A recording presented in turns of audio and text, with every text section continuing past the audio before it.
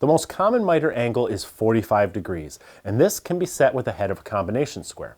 But since that's the most common angle, why not make a jig to make the setup faster? This piece of plywood has one end cut at 45 degrees. The other is at 90 degrees.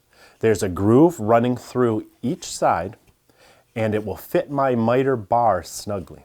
I can use one side to angle my gauge in one direction, the other side to angle it in the other direction, and the square end to return it to 90 degrees. If you make the jig carefully, your settings should be dead accurate, but it never hurts to check by making a couple of test cuts on some scraps, assembling them, and then using a good square to see if they add up to 90 degrees. Which way should you angle your gauge for a miter? Should it slope upward toward the blade or downward toward the blade?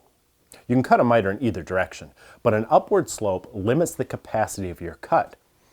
If the workpiece is wider than a few inches, your miter gauge will be off the top of your saw at the start of the cut. A downward slope is a more comfortable way to cut, in my opinion, and can accommodate wider workpieces. Whichever way you angle your miter gauge, don't forget you have two slots in the top of your saw. You can cut one miter on the left, then the opposite angle on the right, while maintaining your preferred sloping direction on both sides.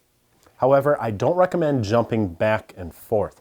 Every time you change the angle of your gauge, you increase your chance for error. Cut all the left miters first, then the right miters, or vice versa. This is the CRB7 router jig system from M-Power Tools, and it does just about everything with amazing accuracy due to its clever micro adjuster. It's just one of the many product innovations from this small family-owned company. You gotta check them out at the link in the notes below this video. Wait, don't go yet. If you're new here, please subscribe and remember to ring the bell. I would really appreciate that. Give us a thumbs up, or better yet, leave us a comment. I always read them. And be sure to check out the latest issue of Stumpy Nubs Woodworking Journal. It's always packed with tips, tricks, and tutorials designed to make you a better woodworker.